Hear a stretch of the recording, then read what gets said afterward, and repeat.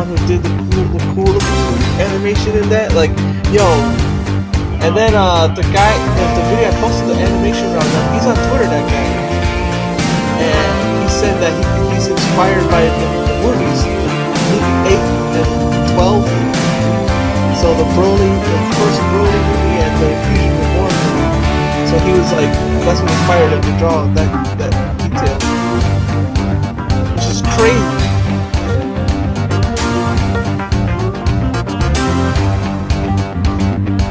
Alright. Yeah.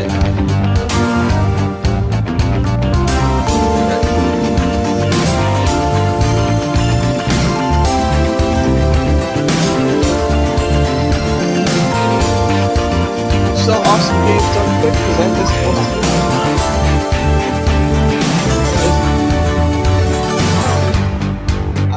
I only saw part of a Pokemon run, and that was it. Hey, that's cool. I actually like that. Yeah.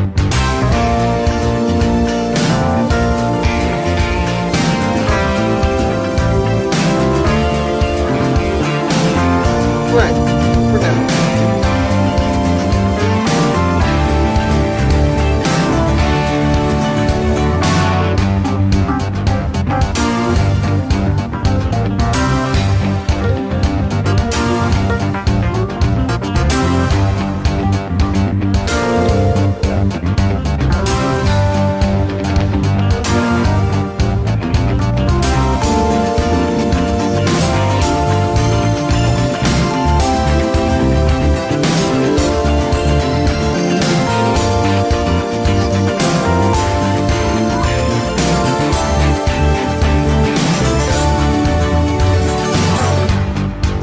Hello?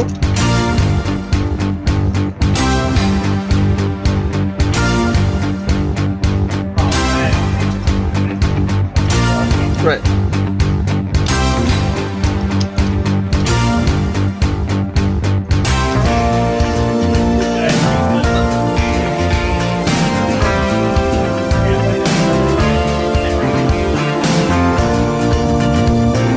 This is what I just said, death phone.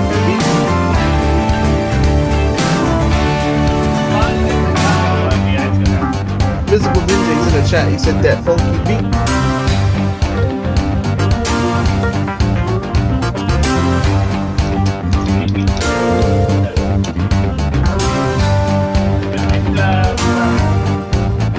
Yeah.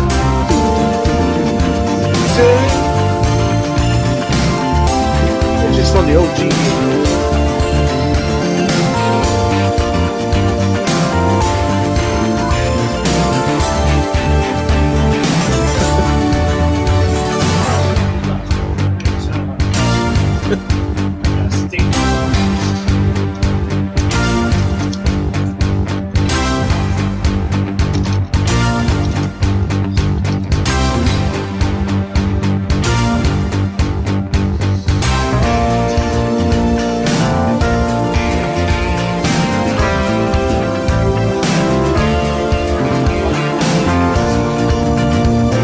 Who's El Toro Bandit?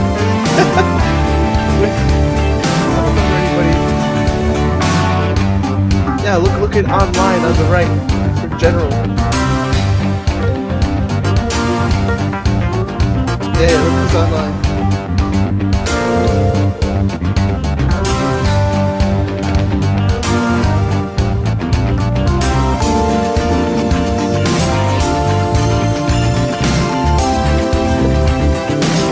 Yeah, I don't know if anybody joining with that name. I don't see changes.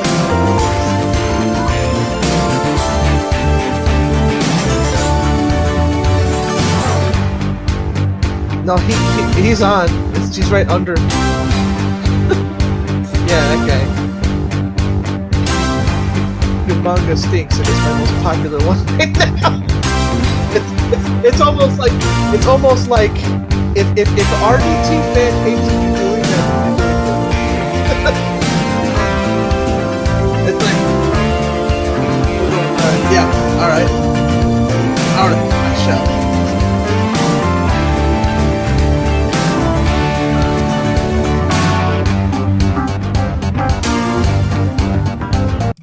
switched. Hey everybody, this is FighterXaos here, live coming at you from someplace. I was going to say the town name, but nah, nobody cares. With double RPG and soon to be 16-bit Jeff, I'm pretty sure. He'll show up sooner or later. We're going to talk about our top 2017 games, top 10 games. We each made our own lists. Yeah, it is sudden. Mm-hmm. But we're going to talk about that. But before that, to give 16-bit Jeff some time, he still might not make it. But before that, Nintendo Direct. There was a Nintendo Direct mini. We might as well discuss it a little bit at least. Yes, and by the way, folks, I am Double RPG, just so you know. Yes. The Nintendo guru. Nintendo guy. Yes, the Nintendo guy of the GeekFighters. Woohoo! Not the fanboy, the fan. Oh gosh, it just makes me want to Falcon Punch the fanboys real hard. Just like how I'm the Sony guy, but I'm not the Sony fanboy. Yeah, and just like how 16-bit Jeff, he seems to be the all-around gamer since he's going to PC now, and he's no longer an Xbox gamer. And even then, he's still not a fanboy. Yeah, true that. He'll call them out when he sees something. Mm-hmm.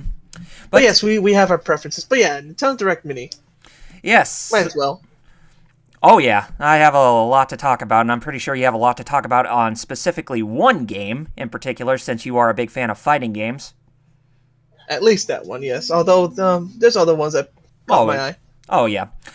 They showed off The World Ends With You Final Remix. Come on. Fun story, fun notes about that game, huh? It takes what they put in the mobile game and remastered that too. Yeah. It took something. It was called something. The previous version was called something else remix. I know. It's like, oh damn, I can't even remember. But I know what you're talking about, though.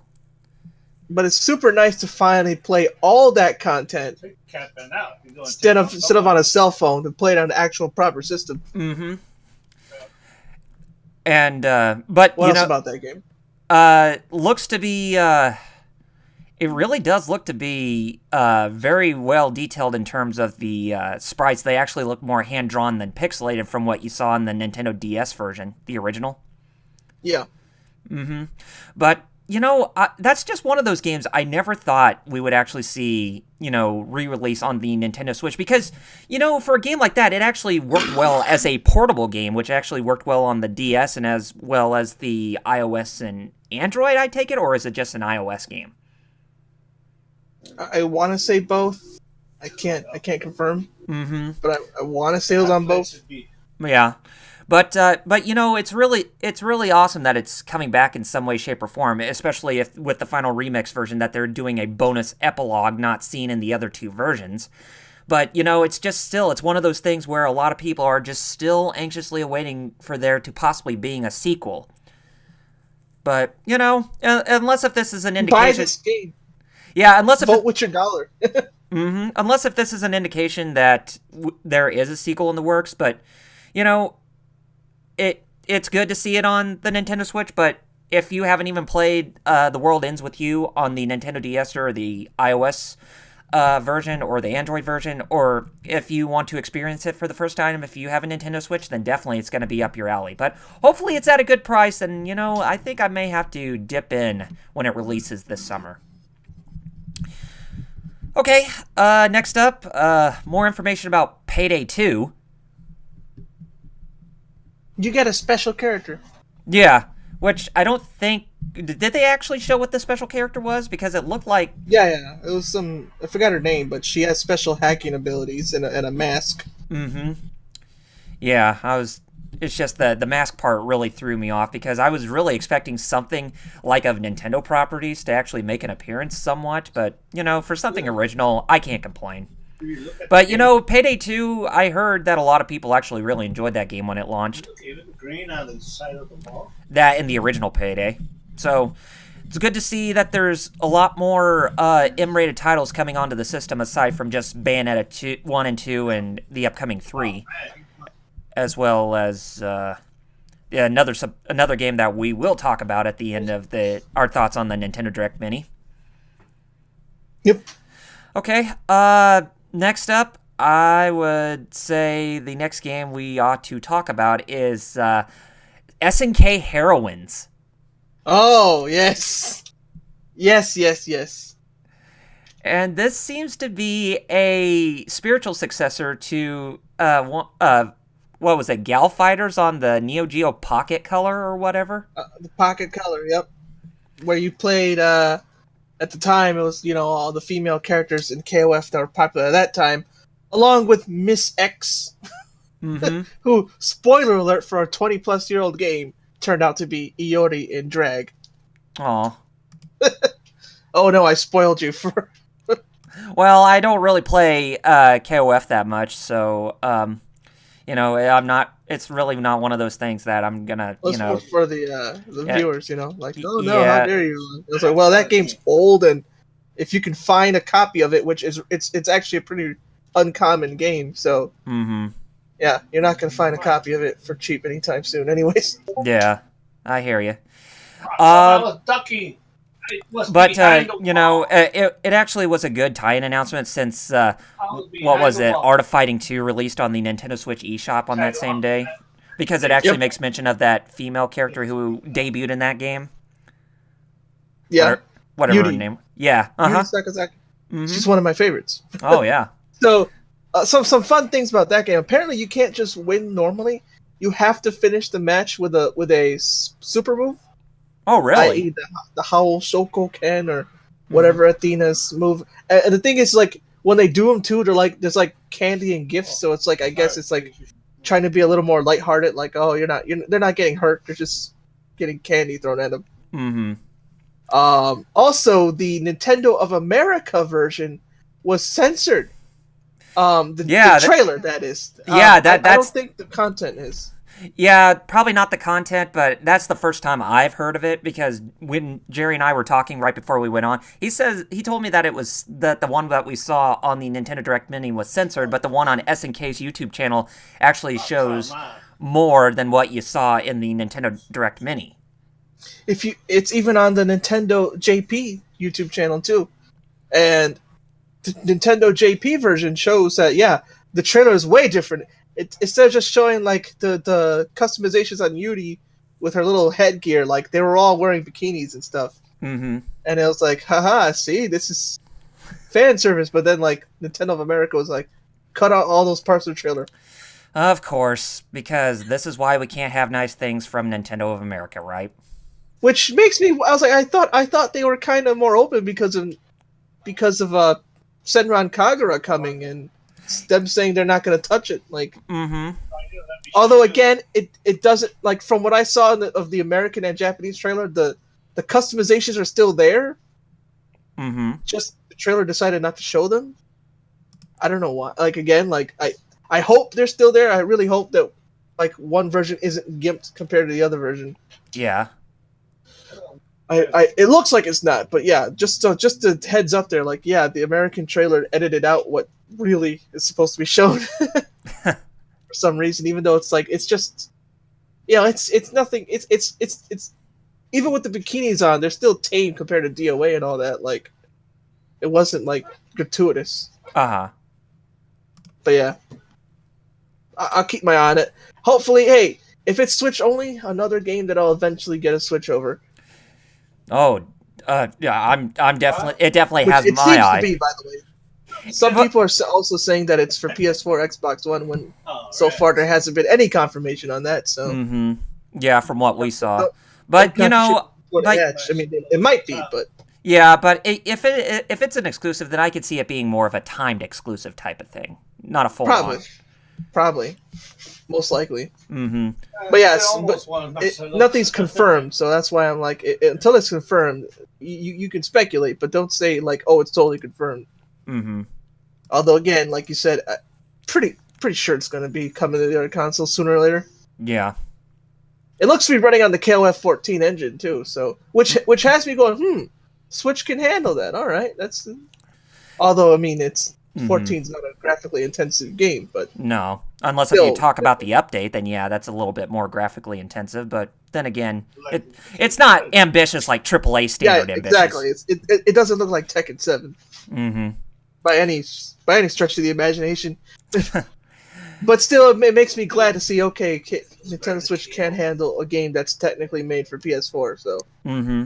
even though it wasn't that graphically intensive of a game, but still Yeah. makes me see that Switch is more powerful than I thought. Mm-hmm. Okay, so that one's coming out between now and this summer, I think, Yeah, from what we heard. But yeah, it's definitely another third-party title there to add to your collection if you're into that type of thing. So I'm definitely gonna have to keep my eye on that.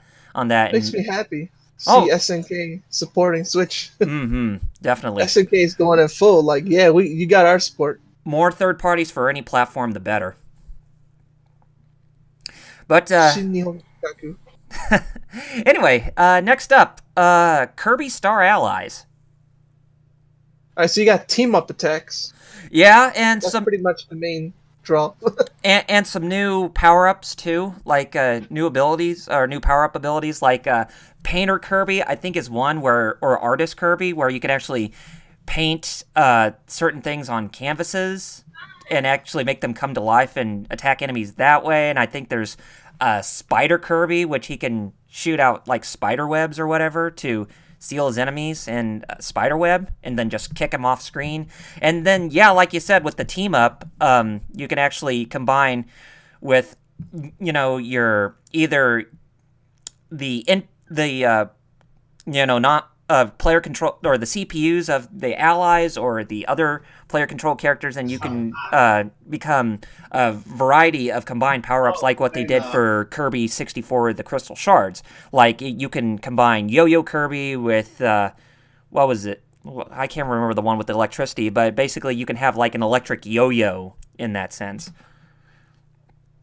But, yeah, I mean, it looks good. I mean, I have no doubt that this Kirby game will actually be just fine, but, I'm kind of like at this point where I think it's time for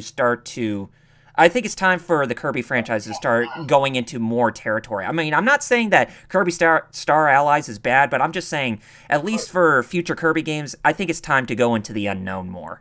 Instead of just... Yeah, to branch out, yeah. Mm-hmm, because, in a sense, I still think that Kirby Star Allies is playing... It's good, but it's kind of safe. Mm-hmm. Way safe. Mm-hmm. That comes out in March, by the way. And, a lot of good games coming out in March. Mm-hmm. Oh, yeah? Yeah, I can't think of any, but a lot of good games coming out in March. Oh, yeah. Next up, Donkey Kong Country Tropical Freeze is getting a Nintendo Switch version. Another Wii U game, but the thing, I see people going, "What's with the ports?" But it's like, well, how many people bought a Wii U? Yeah, exactly. That was going to be my argument too, because the Wii U was not the next groundbreaking success after the Wii that Nintendo hoped for. So for the Nintendo Switch being a much more Switch owners never had a Wii U and missed out on those games. So. Mm-hmm. And it's a much more popular system too, the Nintendo Switch over the Wii U. So bringing a game like Donkey Kong Country Tropical Freeze to the Nintendo Switch, that's actually a good thing, because that means more people will actually experience it for the first time. Yeah, that's what I was thinking. So when I saw people arguing, I was just like, "Wait a minute!" But most of those people never had a Wii U, so they missed out on it. So this is their chance. Yeah, exactly. And another game too. And before I go to that, but the only new feature that they have for Donkey Kong Country Tropical Freeze on Nintendo Switch is that Funky Kong is now a playable character. But the thing is that he's more of the easy character, because he doesn't get hurt by spikes. He can float. Mm-hmm. Floats a lot more than Dixie Kong, which is ironic, seeing if you played Donkey Kong Country 2 and 3, when hovering, she can actually hover for quite a long time, whereas in Donkey Kong Country Tropical Freeze, she doesn't really hover that much. So it's kind of a return to form to that. But yeah, with Funky Kong, he has more hearts. He can take less damage. He still can take damage, but he doesn't take damage from hazards like spikes.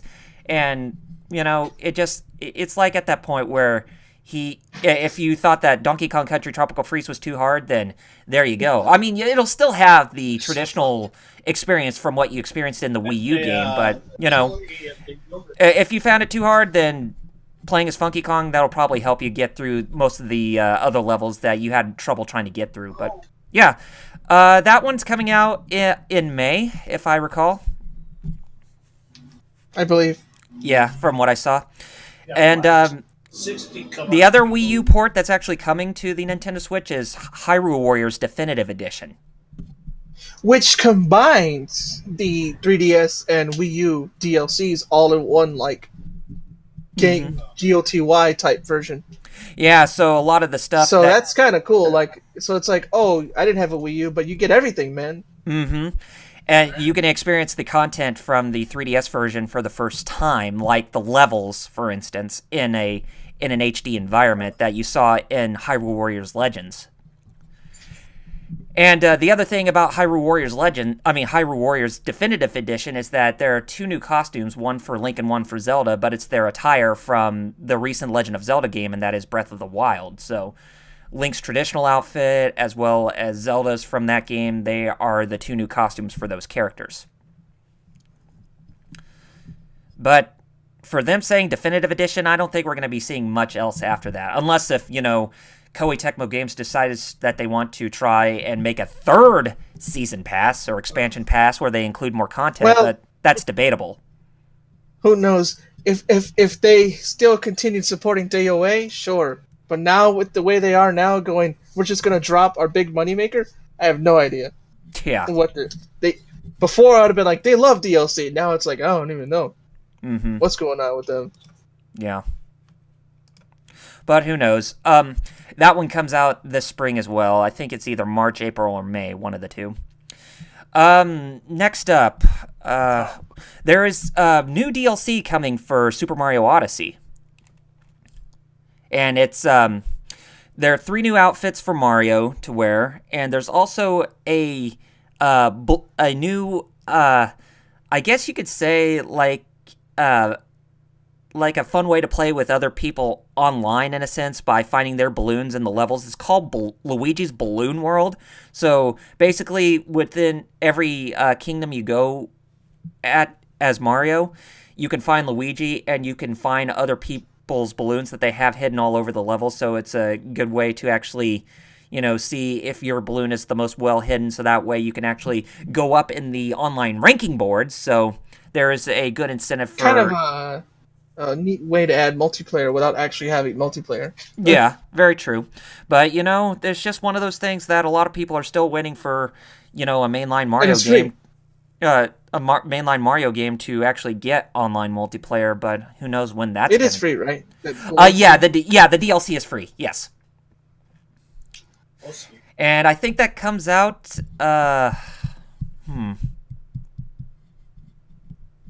I think it comes out sometime pretty soon. I think sometime in February, or at the end of this month, one of the two. So really soon, yeah.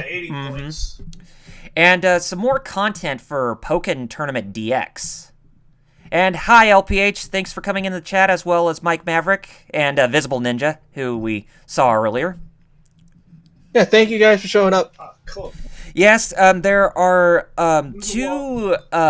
two packs that are coming, DLC packs that are coming for Pokken Tournament DX, and they each include a new fighter as well as 2 support Pokemon.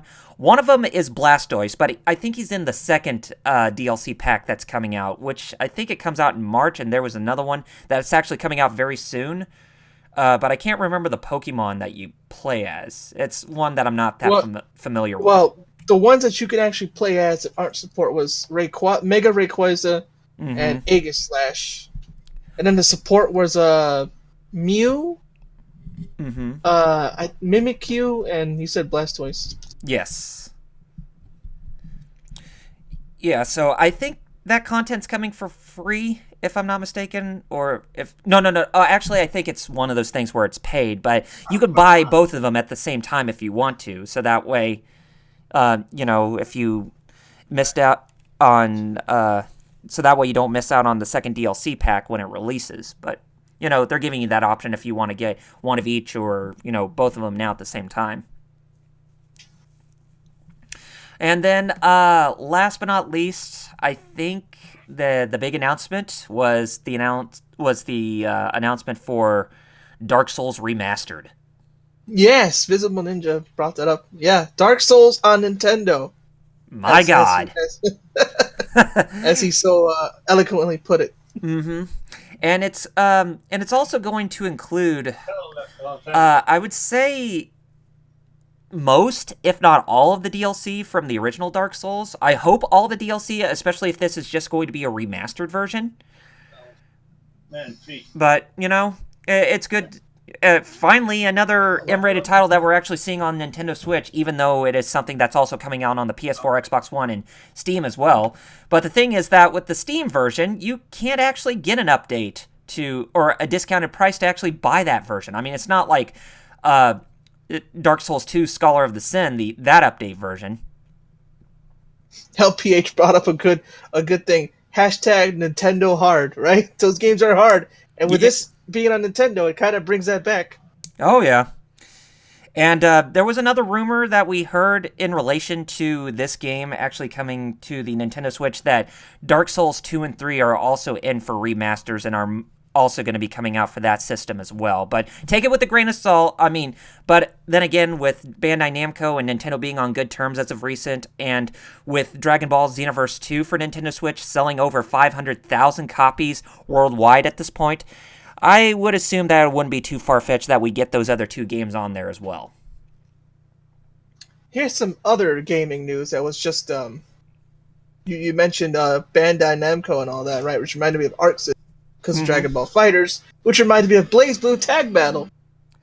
They just announced the release date for that, and they just announced the roster. Ooh. 40 characters, right? Yeah.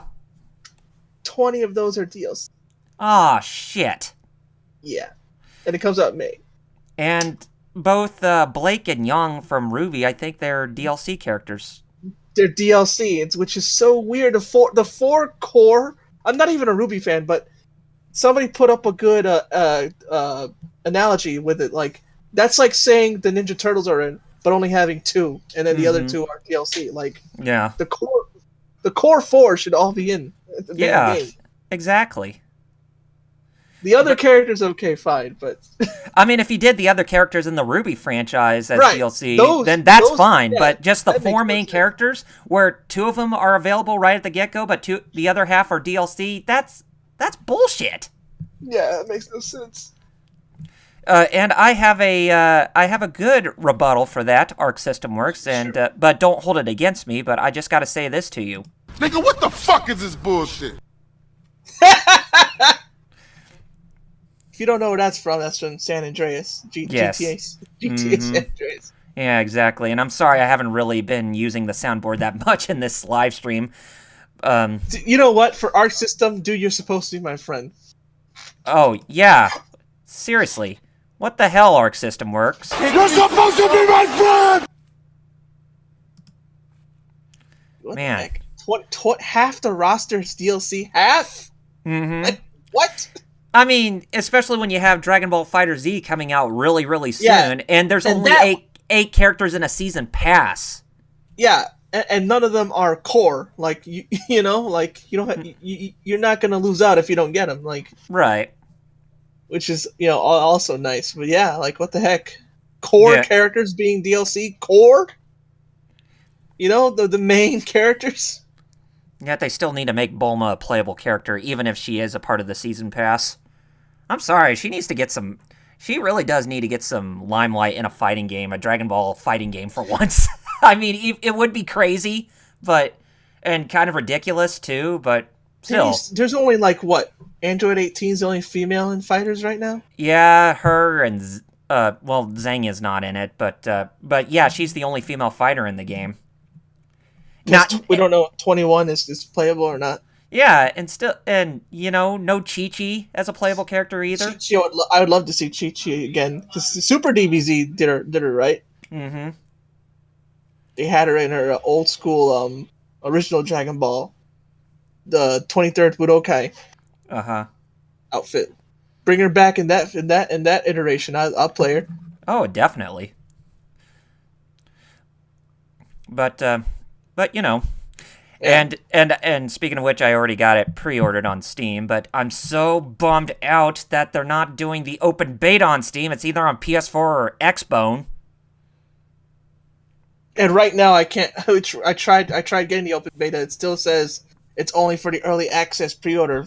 I'm like, wait a minute, but that was yesterday. Yeah. Today should be the open beta. What's going on? Yeah. What the crap? Still gotta wait, like.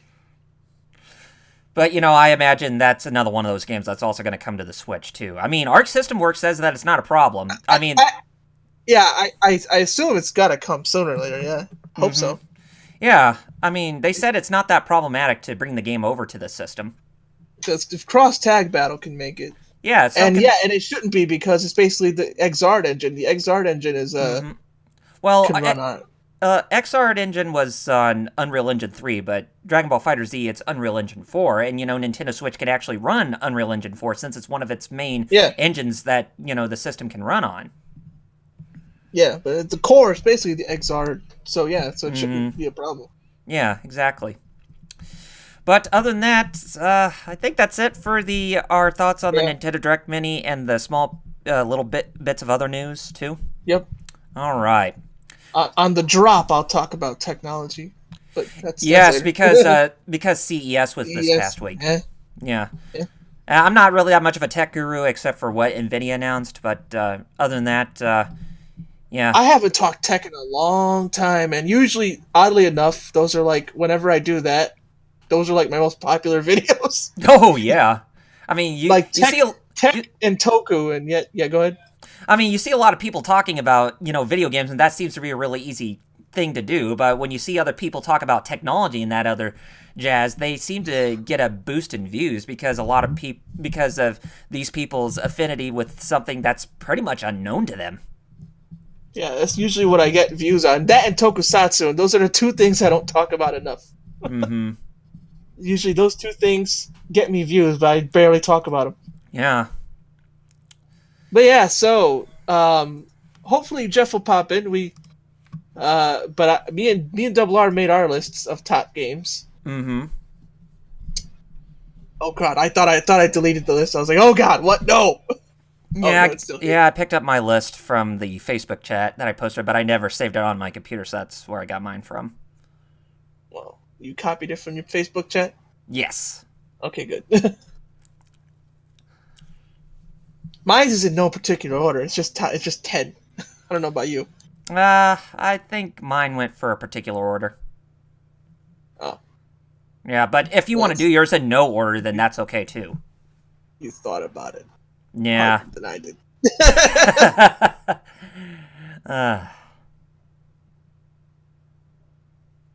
I just like to be prepared sometimes. The guys in the chat before we do ours. To those of you in the chat, why don't you put your list of top 10 games for last year?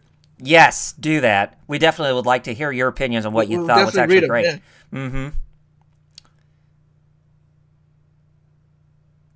But other than that, who wants to go first? Do you want to go first, or do you want me to go first? Since you know what, mine will probably be shorter because like I said, you thought about it harder than I did. Mine isn't in particular order, but I can give reasons, you know. I'll start off. Oh, okay.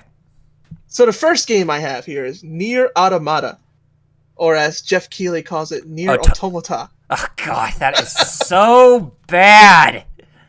Now, the funny thing about Nier Automata is that some part of me with the fandom, like, I just noticed. I've been noticed about myself, but I'm a contrarian. Something gets popular, something I kind of start hating it. But I can't deny Nier Automata was super fun, like just as a hack and slash game, and with its shooter mechanics added in there and all that. So that's why I made it on my list. It's like, this is what I want more of. Games like Nier, actually. And she had booty. I can't two booty. Two booty with while wearing a leotard underneath. And all the nice cosplays of her, so I can't deny that either. Yeah, I mean, 2B, she's blown up in popularity after the game was announced and after its release, so it's really good to see that another, a character like her gets some recognition amongst the video game zeitgeist and all. And look at that, she's popular amongst a lot of female fans too. So y'all Mm-hmm. can't be like, "Oh, sexualizing females is bad." Really? Because I don't see none of the females, women cosplaying her saying anything. Mm-hmm. Like they don't like her. They like her a lot. Yeah, She looks good and she kicks butt. There's no. Mm-hmm. What's the problem there? Even if she is an android, she knows how to kick some ass and be a strong female character. So, She's not in the archetype of a whiny little bitch, but yeah. Think of plenty of those. oh yeah, there are plenty in the Japanese media. Now, here's what I didn't get to play a lot of, but it's so good it made my list anyways, even though I'm not an Xbox guy. And that's Cuphead. Oh, Cuphead is just old school fun, run and gun. Those two brothers put so much love into that game. You can almost feel it when you're playing the game with just how they animated it and made sure to make it look like an old school cartoon. it's like a fit. that kind of passion radiates through the game, and I appreciate that. And I'm gonna say, Cuphead. Imagine if good old Disney bought the rights to Contra. Yeah, basically, and that's awesome. Mm-hmm. I love how it plays too. It's like, oh man, this is like Mega Man kind of, and that's kind of what I want to see. Old school run and gun can still work, and Cuphead proved it. And the thing about Cuphead too is that it actually runs in 60 frames a second for something of that hand-drawn rubber band animation style, which is something you don't see a lot. Oh man, that's because it's tough. Well, not tough. It's starts with a T. It also starts with a T. What's the word? Tedious. Tedious, time-consuming to animate. But animate a lot more frames than usual. By hand, because as somebody who's done animations, I usually go for like 12 frames or something like that. 60, boy, that's a lot of drawings. Oh yeah. I already got carpal tunnel, man. I don't need to add. I don't need ultra carpal tunnel.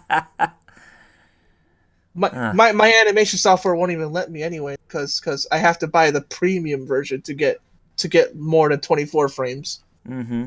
And a lot of people, I've seen a lot of critics too just judge the game based on some allegations of racism and that kind of stuff. Oh yeah, oh boy. And I'm it's old school depiction of the devil. That's how. Yeah, exactly. That's how those old cartoons would show him. Yeah, and you should be judging more of Cuphead as a game than the things that surround it. Because that's the thing that is really hurting creativity, is that people like to judge other things outside of a game itself. I mean, there are times when it's okay to judge it for something else, but for something that's supposed to be fun, Cuphead, it shouldn't be judged based on the allegations of what it received. It's all about old school fun. If you complain, you're not a gamer. I mean, am I right? Somehow. Yeah. That's why I loved it. Oh, yes. That's why I loved it that much, even though I'm not even a PC Xbox guy. Mm-hmm. Although I think if I'm pretty sure like my no, not my old laptop. That piece of junk can't run anything. Yeah, I mean, it might be able to run on like last gen laptops, but at least. Yeah. But mine is older than that. Yeah, yours is about 8 years older. Yeah. So yeah, I don't think it would be strong enough to run a game like that of that magnitude. Nope.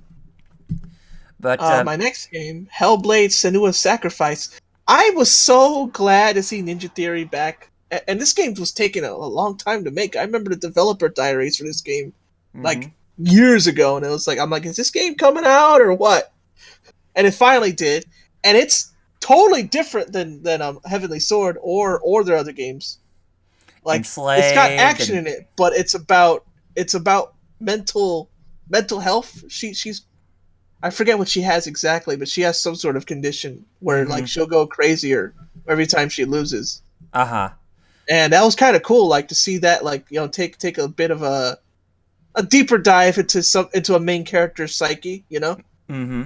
And it still was a pretty cool looking game, and it was $30 new when it came out. It was already like a budget price, which helped.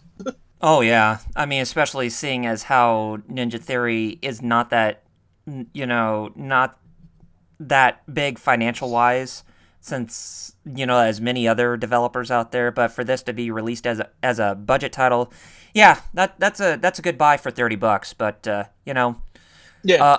But definitely looking forward to more of what Ninja Theory has down the pipeline, because they still need to do well to succeed in this day and age after the backlash they got from DMC Devil May Cry, of all Unfair games. backlash. I feel. Unfair. Yeah, but yeah, it did get backlash. Yep.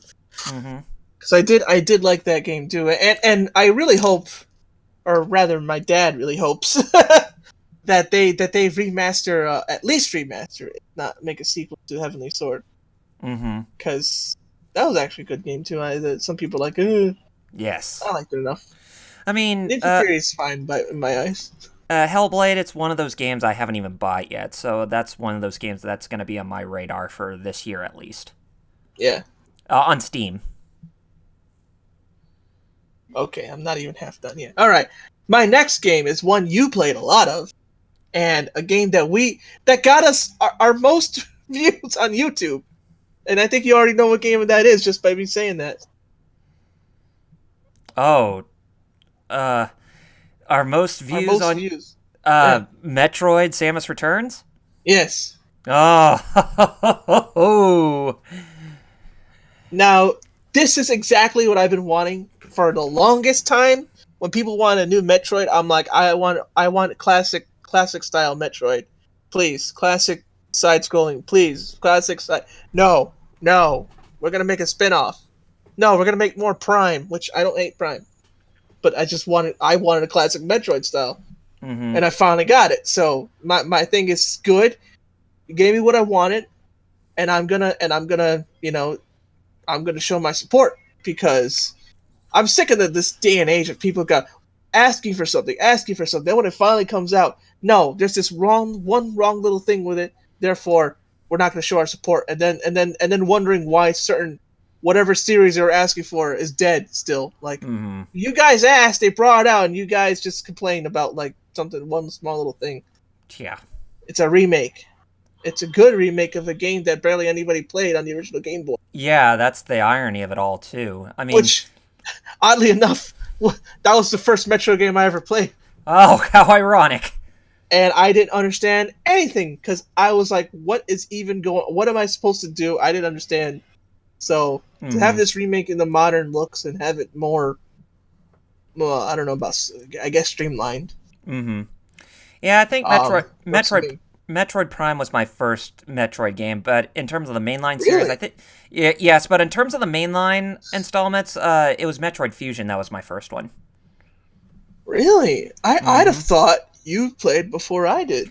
Yeah, and I regret not playing playing the series when it first came out, or at least playing Samus Returns. Mm-hmm. And then I played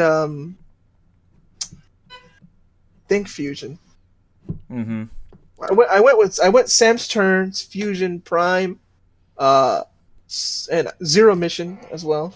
Mm-hmm. Most of my Metroid gaming is on the handheld, so I guess that's another reason why I like this so much. Is like, like I said, I don't hate Prime.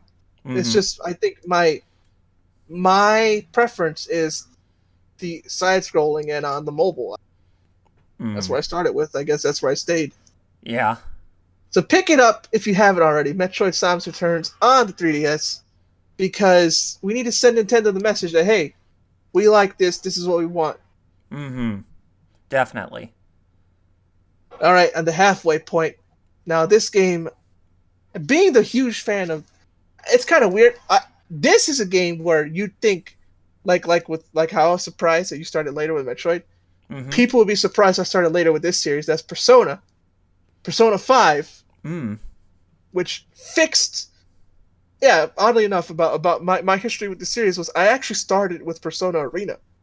Mm. I didn't even start with the main Persona games. When I was a kid, and I saw Persona 1 and 2 back on the PS1, no lie, I was actually terrified. I didn't want to play those games. I actually said to myself, I'll never play Persona. These games are too scary. This is like little... And they are, little, to a like, sense. little 7 to 10-year-old me. I don't know how old I was. Mm-hmm. And then it's like Persona 4 Arena. I was like, ooh, a fighting game. It's a fighting game. I'm a fighting game. That's my main shtick, as you know.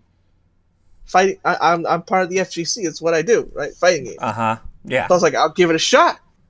And I loved what I saw. So I was like, so from there I bought Persona 2, 3, and 4 Golden. Oh wait, I bought 3 twice.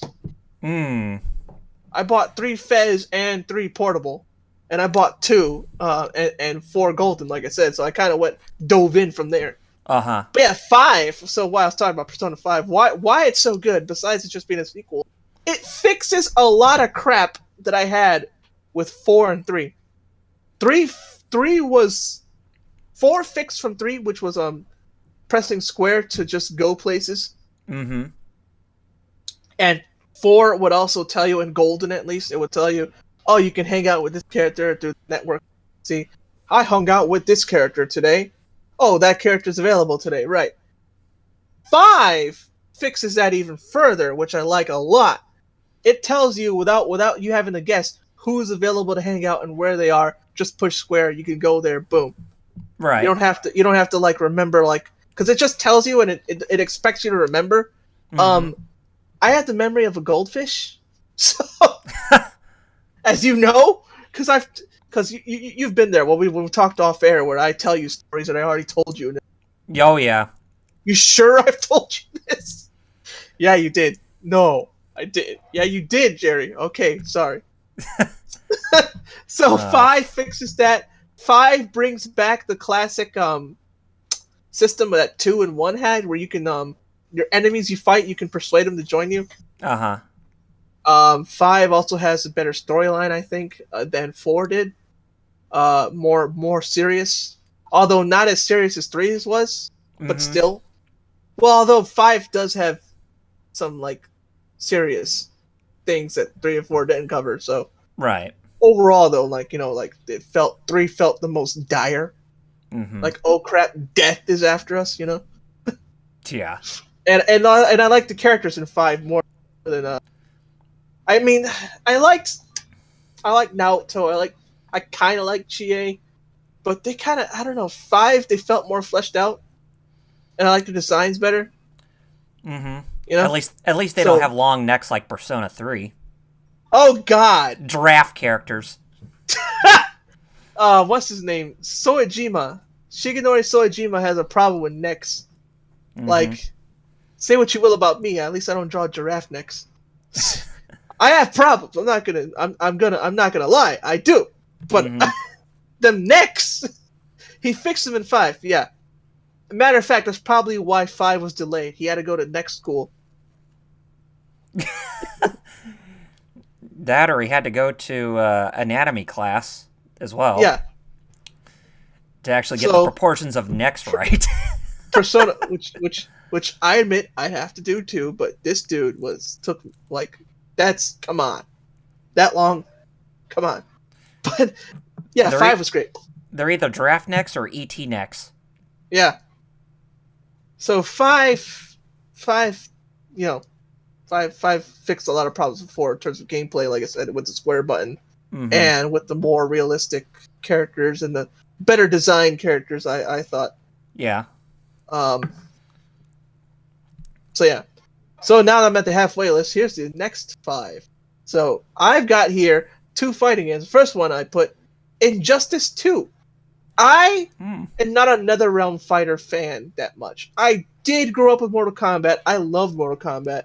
But I wasn't as big a fan of Mortal Kombat and the like as I was a Street Fighter or KOF. I just wasn't. But I did like them. Injustice 1 I liked, but I wasn't too into it. Injustice 2, though, gave so much stuff that even if you're not a competitive fighting game player, you'll have fun for days with this game. Like, there's so much story stuff and so much to do You don't have to worry about that. Like you don't have to worry about, oh, I gotta get good just to enjoy it. Nah, you can play it to have fun.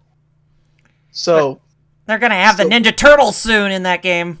Oh yeah, and Enchantress already came out, right? Yes, she did. So yeah, you got the freaking Ninja Turtles. You've got Hellboy already in there, and they put so much love into it. Like, so I was like, this is way better than. And I liked 1, but this one, so good, it brought it all the way up to my top 10 list. Yeah. Then the next game I liked a lot, another fighter. It's on your list too. Yep. Oh wait, dang! I'm sorry, I spoiled one thing on your list. Hey, don't worry. That's Tekken 7. That's one thing we share. The King of Iron Fist Tournament 7. Tekken 7. Now, granted, it does have some things missing, like an arcade mode with an ending. For some reason, they gave each character their own one-fight story mode that should have been their arcade mode.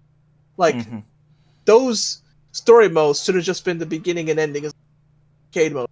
Why they fight in its own mode. That should have been fixed. But still way more than Street Fighter V gave you at the beginning. You still have an arcade mode. You had Treasure Battle. The online was derpy at first. Way, way bad for PS4, but they fixed it. Although there's still some kookiness with the tournament mode. I played 2 tournaments and I decided never to play tournament again unless something really gets me. Because I hosted a tournament and I'm hardwired now, right? Before I had problems with my PS4's internet because I was Wi-Fi. I'm hardwired now. No problems playing online. But when I go to tournament mode, all of a sudden, oh, you've got problems, man. You can't. My fights were skipped. It said I lost, and then it just said, oh, you couldn't play. Like, what? Damn. Wait a minute now. My internet's fixed on this thing, but this mode still gives me crap. So, and that's exactly. Now PH brought up a good point. New Japan stuff is in that game. New Japan Pro Wrestling. Yep. You could even make King do the Rainmaker. And what Jerry said about him having trouble with tournament mode, that's exactly how I felt a couple years ago with Street Fighter V when I was trying to get that 1 bronze trophy by winning 3 matches in a row. Oh, I remember your problem. Yes. Yeah, I was. Oh God, I just wanted to yank my hair out. It was so frustrating. So, and he had mentioned DLC too, and yes, there is Geese Howard came out. Yes. Geese Howard, which I guess I'll get February when Jeff pays me mission, and he said he'll pay me. But when it comes to money, I get kind of how do I put this? How would you put it, Jeff? Kind of annoyed when you don't get paid. How do I put it? Like how I hound people. Yeah. Like how you hounded Basically, you don't want to owe me money. You don't want to owe me money. Yeah. You don't want to owe me. You better pay. Like I even go after my own family. So what chance do you have? Yeah. That's... you ask for him for money. You better be damn sure you pay him back. Yeah, but yeah. He said he'll pay me, and I. So, but yes, Geese. When I get him, boy, howdy, I'm gonna have fun. There's also besides that, like Tekken 7 was pretty good overall, and Tekken Bowl was $10, but it's optional. Like, I don't need it. I'm not getting it. Yeah. Geese though, I'm gonna get. Noctis when he comes out, I will see. Yeah, I'm definitely looking forward to Noctis, and I still need to get Geese Howard at some point. I might get him just to know how to fight him because I was playing online against the. I didn't have him yet, and I didn't know his moveset because I don't have him. And I got whooped. I was like, I don't know what he's safe on. I don't know. Like, I might have to get Noctis just to counterbalance that. Exactly.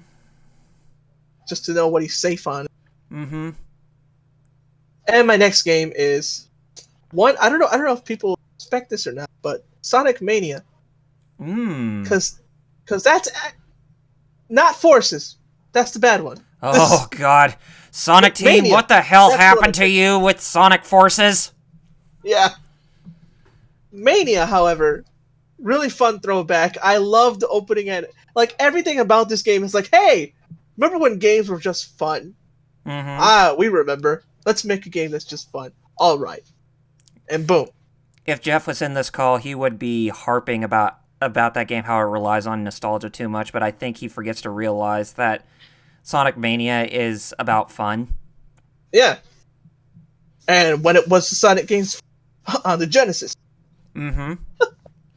Nothing against Adventure 2, or whichever one better. Right. But that's when I had real fun with Sonic Genesis. Mm-hmm. So, and that's what this brings back with new stuff and even mods in the PC version. You can make everything Knuckles. Oh, even Ugandan Knuckles? Probably. It probably made it. You do not know the way. Don't know the way. Spit on him moves. You are a fake. You are a false queen. Spit on her. She's false queen. But anyway, continue. Alright, so I got 2 more games left before you get to your list. Mm-hmm. One game, I just beat it just a couple days ago. Yakuza Kiwami. Oh. I finally beat Yakuza Kiwami. Now, the reason I say finally is because I had the original Yakuza way back on the PS2. The only one that was English dubbed. Mm-hmm. And I never got to beat it. Hmm. And I was like, hey, I'm going to get it back. Back when PS2, I was like, don't worry. I'll buy the game back. Oh, hey, this game is rare. So it's like, well, geez. I guess I'll never get to beat Yakuza 1. And then boom. Sega was like, no, we got you. We're going to remake it. Boom. Remake that and Yakuza 2, and they're coming out Part with... Part 2 is coming out this year, yeah. And they're coming out with the new Fist of the North Star game as well. And Part 6 comes out this year. Mm-hmm.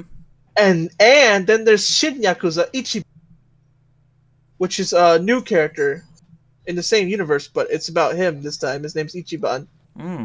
Okay. But yeah, Kiwami, everything I remembered about Yakuza plus more.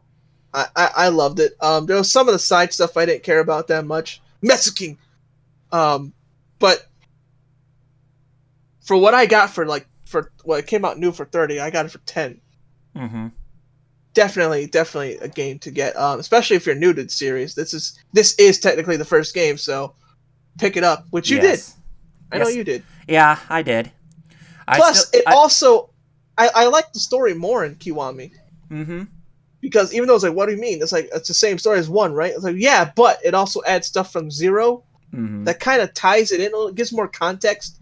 Because when I played the original Yakuza in Part 1, it's like, well, Kiryu's a legend. Why?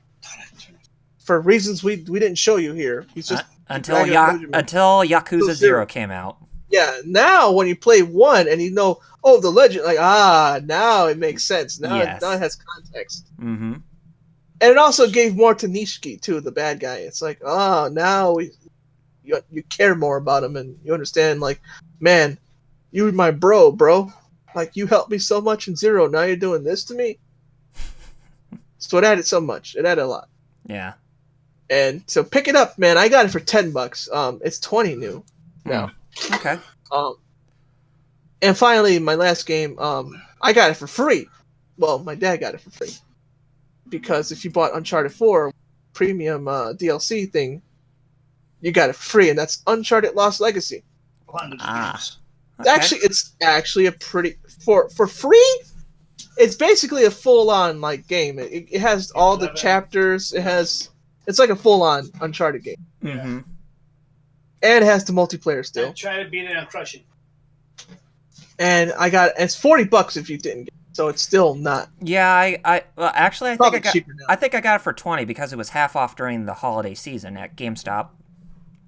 Yeah. So a game that cheap and it's like a full-on game, it's not like, dude, like for real. I was expecting this to not be like full-on, like, oh, there's cut stuff that you can't do like you could do in Pro. No. It's a whole game, bro.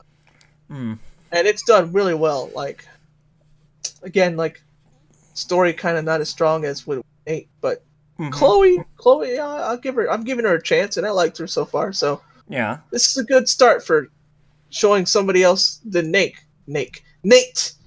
Who's Nate? Nake. Looks like Somebody else. This looks like a Solid Snake's deformed twin brother. Yeah. Nate. He didn't even earn the S. Yes.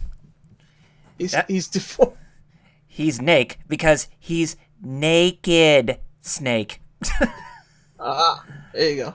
Or Big Boss. Or Big Boss, let's put it that way. The one who has the most problems in the entire MGS lore. Yep. So, that's my list. How about you, Double R? All right. That's your turn. Yes, And it then, is. Sorry for spoiling you on. You already know one game on his list, but It's still, all right. But I will give my reasonings for why I like the games so much. That's what you got. Yes. And I would say out of all the games that were on his list that are in my list, there were 4 of them. So, under half is what is on his list, but 60% is ones that are not on his list. So, don't worry. Two of them are Nintendo games. People are probably surprised I didn't put on my list. Mm-hmm. That are probably on yours. And you're like, why didn't you put these obvious Nintendo games on your list? Mm-hmm. Oh, yeah. I liked them, but they weren't GOTY to me. That's all. Yeah. But anyway. They probably are for Double R. That's fine. Go ahead. Yeah. But don't worry. It's not a whole Nintendo list. There's actually others from other platforms, too. So, don't worry. Oh, yeah. Okay. Number 10. Blaster Master Zero. That came out 2017? Yeah, it came out a week after the Nintendo Switch launched. See, that was so early. I thought it was 2016. Yeah, it came out. It came out last year. It was 1 week after the Nintendo Switch launched, and it released for both the Nintendo Switch and the Nintendo 3DS.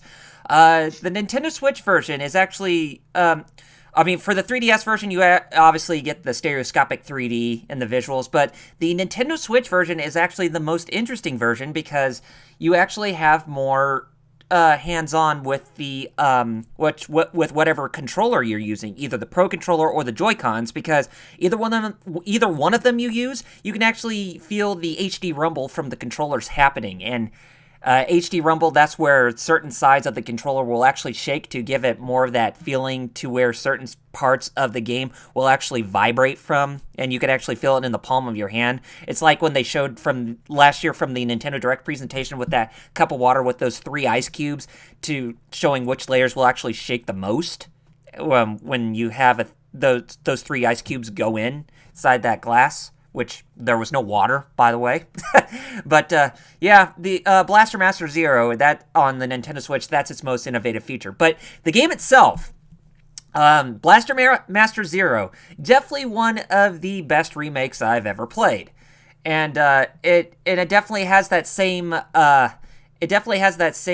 hard as nails feeling that you got when you played the game from the NES, and it even has, still that awesome kick-ass soundtrack, and the sprites for the game, they still retain the 2D sprites from the NES game, but they actually look more 16-bit from what I saw. Well, I would say a mixture between 8 and 16-bit, kind of like that same range what you saw for Earthbound on the Super Nintendo.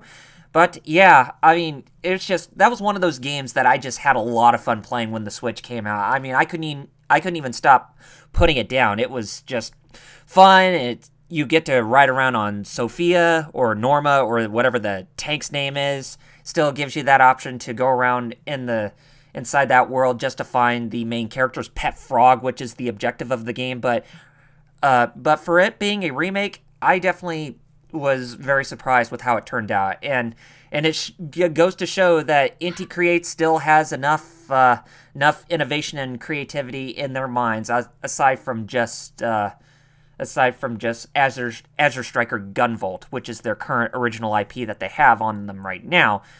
But it's good to see that a company like that can still succeed without Inafune coming there to help them out. And yes, I fired shots at Keiji Inafune for the true colors of what he is as a person within the gaming industry. Well, they'll need to survive without him because, and I'm glad they can. Oh yeah, especially that and Mighty Gunvolt, which of course is the collaboration between Mighty Number 9 and Azure Striker Gunvolt to give it a more Mega Man experience. But still, as a collaboration game, I still enjoy that more than I did with Mighty Number 9. And they also have Galgun on them. Yeah, think about that shit. But yeah, if you want to try Blaster Master Zero on either the Nintendo Switch or the 3DS, go for it. But I would say if you're wanting something with a bit more of a unique approach when it comes to the overall game, then go with the Nintendo Switch version because of the HD rumble from either the Pro Controller or the Joy-Cons. Okay, number 9, Mario plus Rabbids Kingdom Battle. So basically, Mario and Rabbids meets XCOM.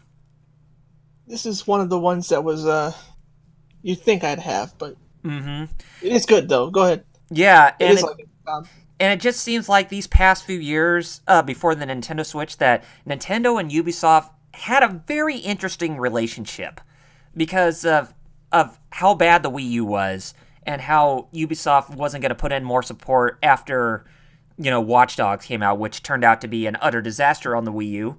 But for them to actually strike back in full force, especially with something where it takes Nintendo's most popular franchise as well as one of the most popular franchises from Ubisoft's brand into a game that actually is very original. It kind of goes back to the concept of what the original Super Mario Brothers was supposed to be, with Mario having a gun, but instead he's using a Mega Man-style blaster in a tactic-style battle, which is the same thing as what XCOM does.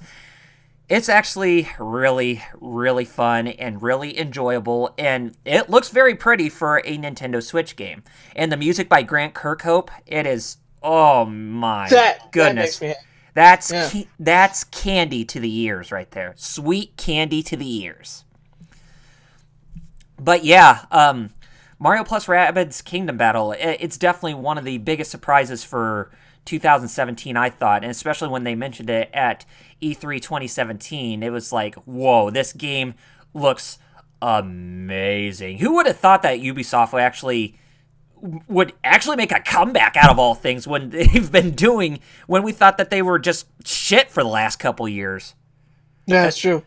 Yes, because of them not delivering on a new Splinter Cell and other things outside of just, what they consider to be their money makers. But, for Mario plus Rabbids Kingdom Battle, I had a lot of fun with it and still am really enjoying it for what it is. And it's a good thing to know that there's also a new free DLC a new piece of DLC that's coming up, which I forgot to mention in the Nintendo Direct Mini, is that Donkey Kong is actually going to be a playable character in an upcoming update, which I thought that was actually pretty cool. But,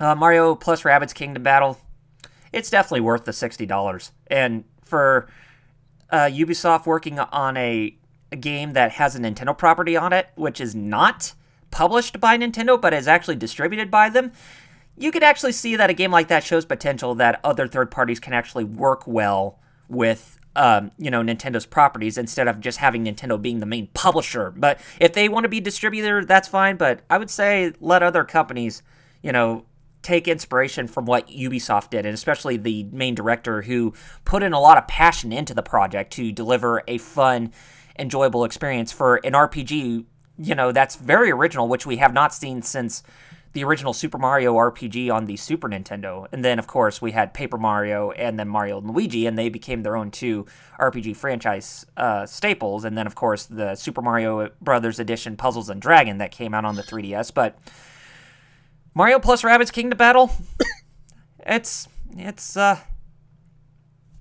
grade A material. Okay, number 8, Tekken 7. Yep, there you go. Yep, so here's one of the ones that's on Jerry's list. I won't delve into it too much. Definitely, here's why you love it. I love it because it manages to stay true to its core in terms of a fighting game. And Katsuhiro Harada definitely puts in a lot of passion and a lot of, attention towards his own fighting game franchise. And it seems to continue on with where Tekken 6 and Tekken 5 left off, although I felt that Tekken 6 was a step down. but still a great game. I felt this one was a bit of a step up, but still a great game overall, but it still falls flat because of there not being an arcade mode or a story mode where for every character they have their own story, which I honestly thought that how they presented the stories in the Tekken games, like from Tekken 4, 5, and 6, with having those still art frames along with text playing, and as well as having the ending FMVs for every character, that actually worked, but you don't see it in Tekken 7, and that just kind of threw me off. And it's just like, why did they stop doing this? But, Tekken 7, it didn't have the type of approach with what they did for the story mode on the characters, individually in the arcade. Yeah. In the arcade mode. What they called story mode, I already said it, but I still want to reiterate. What they called story mode for the characters should have just been their arcade modes. Yeah. They were just like one-off battles. Yeah, exactly. It wasn't like they had their own battles and whatnot. It was just, ugh. Like, why did you make this a whole mode for just one fight where the prologue and the ending obviously made it look to be an arcade mode ending? And not to mention that the player customization mode is a lot more watered down when compared to it is. Tekken 6 and Tekken Tag Tournament 2.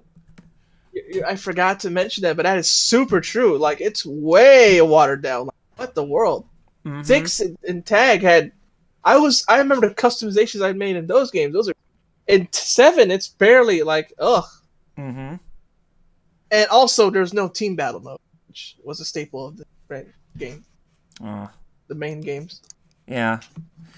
But for them having, a third-party character like Akuma and even Geese Howard, and with the upcoming DLC for Noctis from Final Fantasy 15, Tekken 7... Think about that. Yeah, just think about that shit. I mean, Tekken 7... Capcom versus SNK is happening in Tekken 7. Versus Square Enix, if you count Dissidia Final Fantasy with the upcoming Dissidia Final Fantasy NT that's releasing at the end of this month. But yeah, it's just having those games having those characters from those games in a Tekken game, that's really hard to wrap your head around. But Tekken 7, for what it is, I had a lot of fun with it too. I will definitely go back and be playing it some more. Definitely. But not only... Hopefully they get an arcade stick sometime. Yeah, but hopefully that they start bringing back some of the other characters from the other games too. Even if they're like in free updates, or at least very cheap DLC like what they did for Eliza, who was or Alyssa, or whatever her name was. It's spelled Eliza. They pronounce it Eliza, which I don't I don't get that at all. It's like, no, that says Eliza, man. Yeah, I mean, seriously, where's my Julia Chang? Where's Julia? Where most people I've seen asking for Julia and for Lei Wulong. Where's Lei?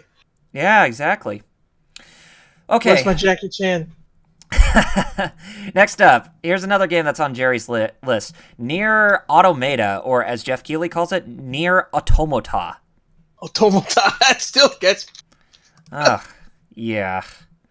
Jeff Keighley, next time you say Automata, I'm going to say this to you. Be gone, fuck! Goku's been doing that a lot lately. Oh, yeah. Is that what he did to Kefla? Oh, yes. Fighting against two female Saiyans. He basically did the Be Gone Thought Hameha.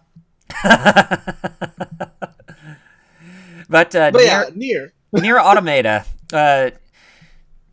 Really, a lot better than what I expected. I played a little bit of it. It's one of those things I need to get back and start playing more. But since I've been busy with other projects, same. But Nier Automata, it's another one of those games that really continues not only Square Enix's strong track record that they've been having as of recent, but also the strong track record for Platinum Games, because they were the main developer behind this project. And of course, I'm a big nut for Platinum Games' own content, and when they did Nier Automata, I couldn't be any happier. I mean, I didn't really try the original Nier, which is one of those games I do need to go back. Man, yeah. And try, but if you like Drakengard.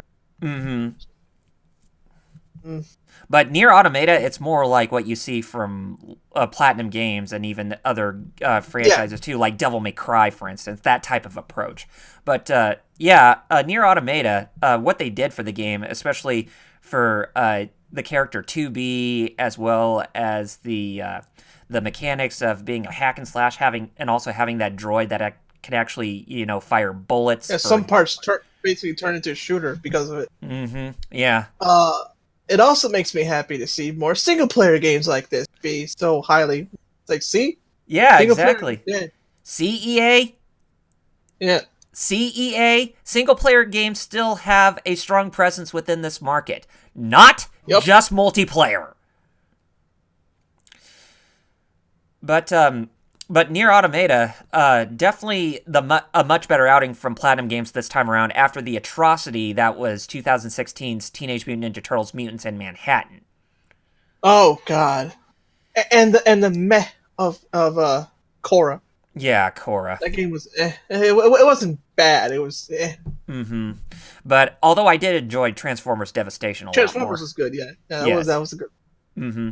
But Nier Automata, that was definitely a that was a great return to form. True. Yeah, return to form for not only Platinum, but but just basically their game design philosophy. And I truly believe that Square made a bold choice when they actually hired them to be the developer for the game, especially Yoko Taro too, who you actually see wearing the mask of one of the enemies from the Nier universe, just basically a big round head with a creepy smiley face. Which I'm sure you know what I'm talking about, Jerry. In Nier? Yeah, Nier. I probably don't remember. Oh well. But you also must know that I said before, have the memory of a goldfish. Yes. Okay. But Nier Automata, it's definitely grade A material right there as well. Number 6. Here's one that's not on your list. A Hat in Time. That game I have not tried yet. I want to. Mm-hmm. And it's out on PS4 right now. Yes, when I get money. Mm-hmm. A Hat in Time. It's definitely I will get it. It's definitely everything with what Yooka-Laylee should have been. Let's put it that way. Because Yooka-Laylee, it had an identity crisis. It either tried to be like Banjo-Kazooie or tried to be like what the developers of that studio, Playtonic, were trying to be like when they were at Rare, or if they were trying to be a modern collectathon. It really was hard to wrap your head around. I mean, it wasn't a bad game per se, but it had a lot of issues. But A Hat in Time, it basically is true to itself. It definitely feels like a 3D collectathon platformer that you can actually enjoy and play. And I had a lot of fun with it too. I mean, especially with everything that you can do within the levels, and there's voice acting for that collectathon, which you never thought you'd actually hear for a collectathon, which I'm actually surprised that Playtonic didn't even do real voice acting, which, A Hat in Time does, but since they went back to their traditional jibber-jabber style from Banjo-Kazooie. But A Hat in Time, it actually sounded really good. The music was great, the characters sounded spectacular, and the levels were just awesome, full of personality, and it really made me enjoy what I really loved about 3D platforming collectathons in the past. And I was really glad when I picked it up on PC when it released, and I will definitely be playing it more. But here's a great way to sum up A Hat in Time. Think of playing a 3D platforming collectathon game as if you are a small Trucy Wright from the Ace Attorney franchise as a little girl. Because that's basically what Hat Kid is. She's basically looks like a little bit like Trucy Wright from Ace Attorney, which, Phoenix Wright Ace Attorney, but if she was a small little kid. But yeah, Hat in Time, you're missing out on a lot. I mean, it's really great, folks. Go pick it up. I'm so behind. I just started playing Freedom Planet. That came out how many years ago? Yeah, and I'm ready for the sequel to come out too. Oh yeah. Number 5, another game that's on your list, Jerry, and that's Metroid: Samus Returns. Yes, and you played a whole lot more. Yes, and I beat the game too. And all I can say is Samus and Metroid are back, baby. Oh, hell yes to the T. Oh man, it was just like it's just like you said when the game came out. It feels like a true Metroid game that has truly returned to form. I mean, I really enjoyed Metroid Other M for what it was as the the last core. The mainline Metroid title, but for Metroid Samus Returns being a true return to form and on something like the 3DS, it actually worked out well. And, I'm really surprised that the game itself was actually developed by Mercury Steam, of all people, who worked on Castlevania Lords of Shadow Mirror of Fate on the 3DS before it came out on the HD platforms. But yes, it was a really, really fun and awesome experience that I got to play, in the palm of my hand. And when comparing this game to AM2R, it's really hard to determine which is the definitive remake. That game, the fan remake, or the one that's actually done by Mercury Steam, because they both have their great merits. But for Metroid: Samus Returns, it definitely streamlines a lot of the problems that people had with Metroid 2: Return of Samus on the Game Boy, which they, some of them probably most of them probably couldn't even beat when it first came out. I know there are, a short minority of them who actually managed to beat the game, but Metroid: Samus Returns, it actually does better to get, to make it a fully playable experience from beginning to end. You know what I mean? Yeah. Oh man. Unlike the original Game Boy one, which was good, but dear Lord, I was so confused. Mm-hmm. There was no map. Didn't help that I was like, what?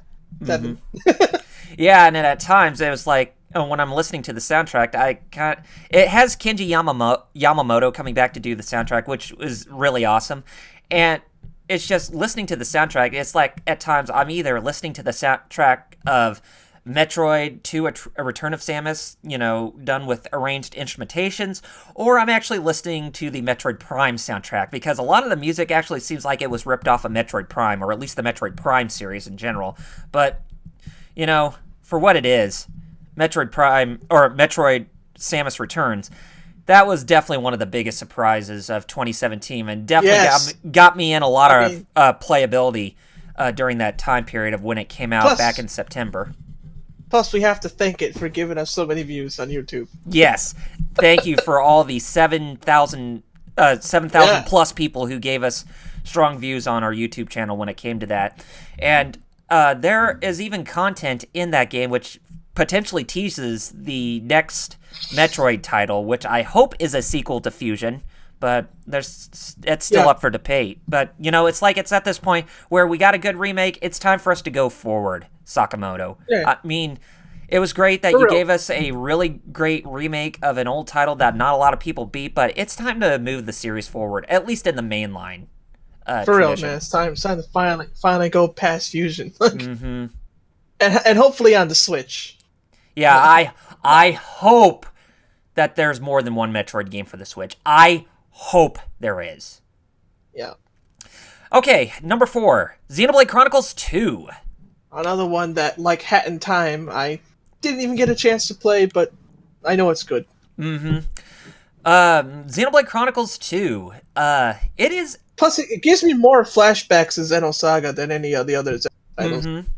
It definitely seems like, when you look at the game, it definitely seems like this is what Xenoblade should have been when it first came out. Because Xenoblade Chronicles 2, it's the style of the character designs that they have in that game, as well as the ones that are collaborated by the likes of Tetsuya Nomura from Square Enix, where he did about 5 of the characters for, I guess it's the antagonistic side of the all the characters in the story. They go by this group by the name of Torna. I can't remember, but the game itself, it's just, oh man, it definitely makes me appreciate playing it more. I mean, playing this game right after Xenoblade Chronicles. Although I have not beaten Xenoblade Chronicles yet, that's still another one of those games I still want to actually beat. It's I'm kind of like at this point, maybe I probably should do like a retrospective series on the Xenoblade games, but I don't want to, go too far and just say, hey, I'm committed to this or anything like that. But bite off more than you can chew. Exactly.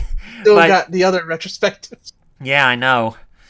But the thing is, with Xenoblade Chronicles 2, it definitely lives up well to the hype, and it definitely is a good sequel to the original Xenoblade Chronicles. Xenoblade Chronicles X, on the other hand, that was more of a spiritual successor that went on its own tangent. But Xenoblade Chronicles 2, it's definitely a great follow-up. And the funny thing is that the game, it actually takes place while Xenoblade Chronicles is happening in its own world and own universe. So there comes to a point where both those games are connected in a sense, but I won't spoil on what that connection is, but they are connected somehow. But for what it is, it's the Xenoblade Chronicles 2. It's definitely a great, continuation if you're definitely looking for more. But if there's one thing I had to criticize the game about, then it's its performance when playing in handheld mode. Yes, I've heard. Oh boy, like it goes down to how many frames per second? Oh jeez, I can't remember. It was like, what was it, like 12? Yeah, 12 frames per second when playing in something handheld ridiculous mode. like that, yeah. Yeah, and even the resolution goes down. Yeah, which is sad because it's like that's the whole selling point of the Switch. It's like you could play any of these games handheld. Mm-hmm. But then this game is like, oh nope, keep it docked. Yeah, and it's like Monolith Soft still hasn't come to the point where they haven't even managed to address those issues yet. I mean, they're so gung-ho and focused on working on the season pass and the DLC that's coming out for it, but it's like, it's kind of at that point where you need to get back on track with fixing the issue of making it playable in handheld mode, because that is what games on the Nintendo Switch are catered towards. More, I mean, not only just for playing at home, but also for playing in the portability factor. But Xenoblade Chronicles 2, on the other hand, the gameplay is really great. The story is superb. If I had to complain about something else, then I would say that some of the English voiceovers just don't work, because they seem to go back to using, voice actors from the United Kingdom instead of using ones that are native to our own country, which there are, but it's just like it's a weird mix. Yeah, there was a weird mixture of using those from the United Kingdom as well as those from those of Europe to those of the United States. And some of those ones are even ones that I heard from big budget games like BioShock Infinite as one of them, and some others that are big in the scope of AAA titles where you hear voice actors who deliver a much higher performance in those games than you actually hear them in Xenoblade Chronicles 2. But, it's one of those games where it's just much better if you play it with the Japanese voiceovers. But the gameplay itself, it still stays true to Xenoblade Chronicles' core in the gameplay, although they did manage to refine a lot of things that I actually felt are for the better.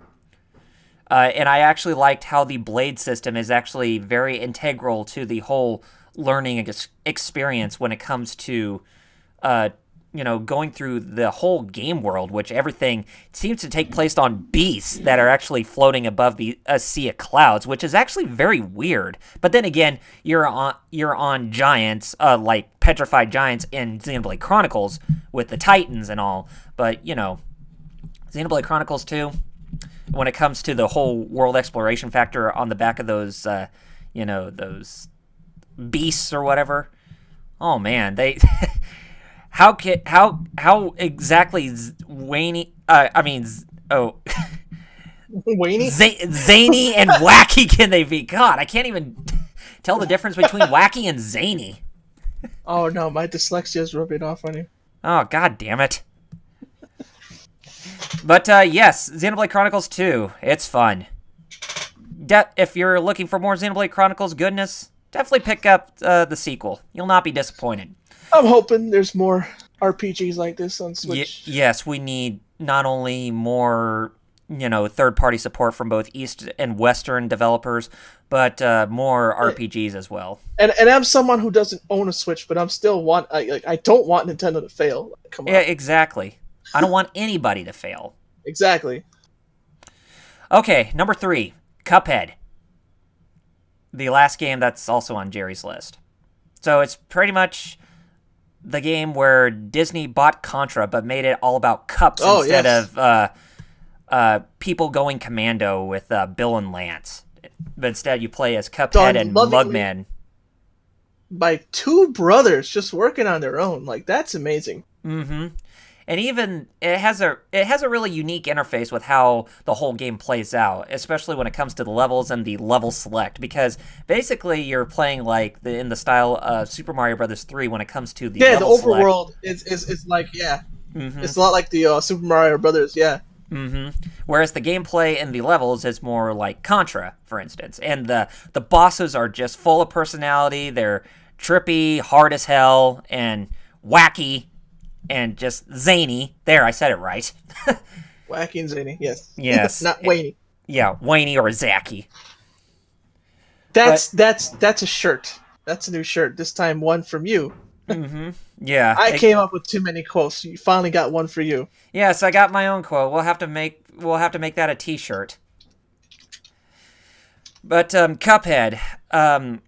So I really don't need to say much about Cuphead since Jerry already mentioned that. But Cuphead, fun game for a independent developer like Hat in Time.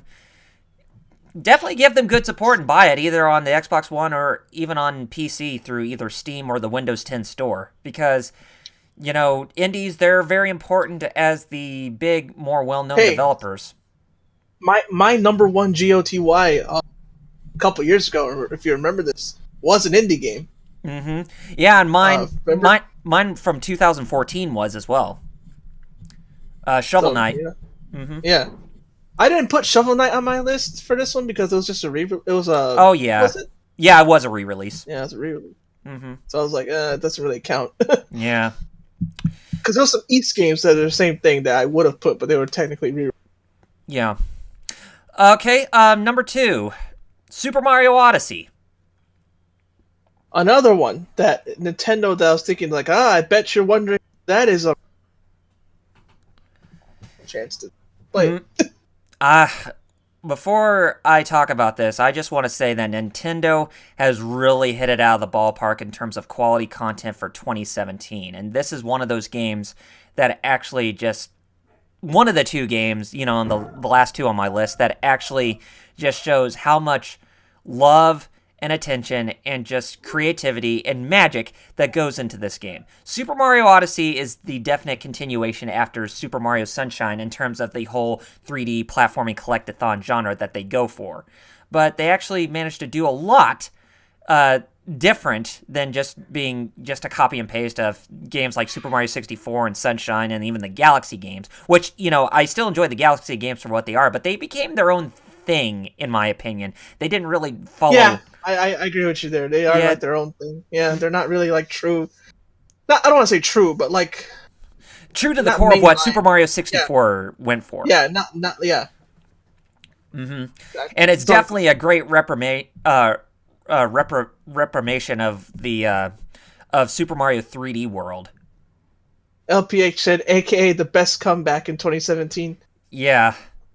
And, but everything from what you do in that game, just using Cappy for all sorts of things to attack enemies and to capture them, which I know that Nintendo doesn't even like to use the word possess, because that's basically what you do. You possess multiple objects as well as, your enemies and that kind of stuff. And just going through these 10, or at least 10 different worlds or 10 different kingdoms within the whole world that you go in, since it's basically a globe-trotting adventure is what Super Mario Odyssey is. It's just, there is so much that you can actually find in those worlds, and there's a lot to do. There's so many Power Moons to collect, and it's just, everything is just brimming with so much distinct personality that it kind of strays away from what you actually experienced in most of the Mario games that tried to go for the same biomes, because a lot of the stuff you actually see them actually do stuff that you never thought you would actually see in a Mario game. Like going for a full medieval setting when trying to fight off against a dragon as a boss. That's like, You never even think that would happen in a Mario game. One of the DLCs is supposed to be a night costume. Yeah, and Mario in a night costume and wearing like a old 1920s or 30s costume with that when you're in New Donk City as one of the musicians. It's just like this game has so many themes that goes for it that it's just basically just a down-to-earth type of experience that you get out of everything in that game. I mean, you have your traditional you have your traditional biomes that you can go into, like a forest, and even on, Iceland, and something that's in. Well, I wouldn't say the food world is a biome for anything, but no, it's not a biome for anything. It's actually its own thing. But for everything that goes for originality, from most of the worlds and even the gameplay elements and even having so many different costumes and the objectives with how you actually can try to get through the game at 100%, which is a very hard thing to do since there's so much you can do in that game and so many power moons that you can find. It's one of those games that it's really hard to try and complete in one full setting. So if you're looking for a game that has some good replayability for quite a long time, then Super Mario Odyssey is definitely going to be one of the games for you. But if I had to complain about one thing, and I think Jeff also agrees to this, is that it is a bit on the safe side, in my opinion, but I still think that it's phenomenal for what it is. Yeah. But Super Mario Odyssey, oh my god, it's just makes me want to stop doing my retrospective and go back and play that game some more. But, priorities do take, our first, on top of the list that I need to take care of before I actually, just go back to doing, just having fun with some things. But, it's one of those games that I'm actually going to go back and play a lot more after I get, done with my current video. But, yeah, Super Mario Odyssey. Oh man, Mario and company are back in full force for something, for a game where it's just all about Mario being Mario. There's no baseball, no basketball, no gimmicks. It's just Mario being Mario. And sometimes it's all I want. Yeah, and not to mention too that the song "Jump Up Superstar." Oh my God, one of the best songs that I've ever heard for a video game. I mean, there's in a reason I 2017. keep going back. Yeah, it is. Which is nice. It finally has some singing, Mm-hmm. Actual voiced singing. Yeah, who knew? And they got Kate Higgins to voice Pauline and actually do the song "Jump Up Superstar." Which, if some of you are not familiar with who she is Sakura Haruno from Naruto in the English dub. That. And as well as Ami Mizuno in the current Viz dub of Sailor Moon, both the original anime and in Sailor Moon Crystal. And she was originally Tails before Colleen Saganasi took over the role as, when Sonic Boom came out. But yeah, she voiced she voiced Pauline in Super Mario Odyssey. So there's a little piece of trivia there for you guys. And funny enough, she actually has the same date as my birthday, August 16th. Huh. Aside from her and people like James Cameron and Steve Carell, who have that same birth date as I do. Anyway, and last but not least, I think I know where this is going. The number one spot. I'm pretty sure I know what it is. But... Yes. And it's another Nintendo game, and this was the killer app that released with the Nintendo Switch back in March of last year, and that, of course, is The Legend of Zelda Breath of the Wild. Who'd have thought? So basically, their best game came out right on launch, for now. Mm-hmm. Oh, yeah. And Zelda and thick Link, if you're into that. Well, I wouldn't say Link is thick, but Princess Zelda. Well, yeah. you gotta remember where I'm coming from. Okay. It's so thick. There, I said it. But The Legend of Zelda: Breath of the Wild. It's definitely The Legend of Zelda if it had inspirations from Skyrim, or at least the Elder Scrolls series, which it does too. Well, which he did. He I forgot who was it, Aonuma? Yeah, it was One Aonuma. of them straight up mentioned that it was Skyrim inspired, and LPH said he's playing that game right now. Oh, good for you, LPH. I mean, just the game itself. I mean, it's just like Super Mario Odyssey. You're inside this big, huge. Well, you're not in levels, but you're in a big, huge open world. You can pretty much go any place you want, do what you want. You can manage resources, find food to cook to restore your health, and go into shrines to get these shrine orbs in order to get enough to increase your health, as well as your stamina meter, which was first introduced in Skyward Sword. So that way you can run faster and all that, and even climb better. But it's just, The Legend of Zelda Breath of the Wild, it is a masterpiece. Literally a masterpiece in my opinion. And it definitely gives games like Ocarina of Time a run for its money. And yes, I said that for all those people who think that Ocarina of Time is the best game out there, which I don't. I still think it's a great game, but I don't think it's the best thing out there. But Breath of the Wild, it takes a lot of risks, and it pretty much is the pinnacle of what Eiji Aonuma has envisioned for a Zelda game. And it definitely goes back to form with the original Legend of Zelda, with pretty much how you can pretty much just go anywhere and do what you want. As it's one of those games that does not hold your hand. I mean, the thing... No, it doesn't. You do what you want. Yeah, you literally do what you want. Yeah, you do what you want, but the game does not hold your hand. The artificial intelligence on the enemies is fantastic. They're hard as balls, and you have a lot of strategy that you have to, think about when you're fighting a lot of these enemies, especially when you go up against the Lynels. God, they are such a pain in the ass. Those big, huge lions with those 4 legs or whatever? Well, now I do. Yeah, those big, huge, hulking beasts that, it's one of those things where you're like, oh, God, I better get the hell out of Dodge.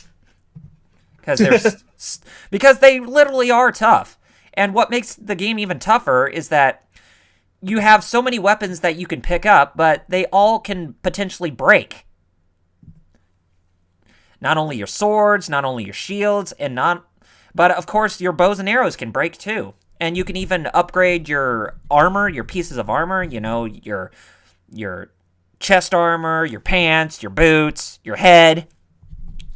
Whatever. No, just the pants and legs are one thing, but of course you can have something you can wear on your head, and you can upgrade them with materials from the resources that you find from defeated monsters, and even stuff that you actually see within the fauna and the flora with the flora and hunting all the fauna that you can find, like deer and all that, which, Jerry even made a good point when we saw The Legend of Zelda Breath of the Wild from E3 2016. It definitely feels like you're playing Cabela's, but in Hyrule. Yeah.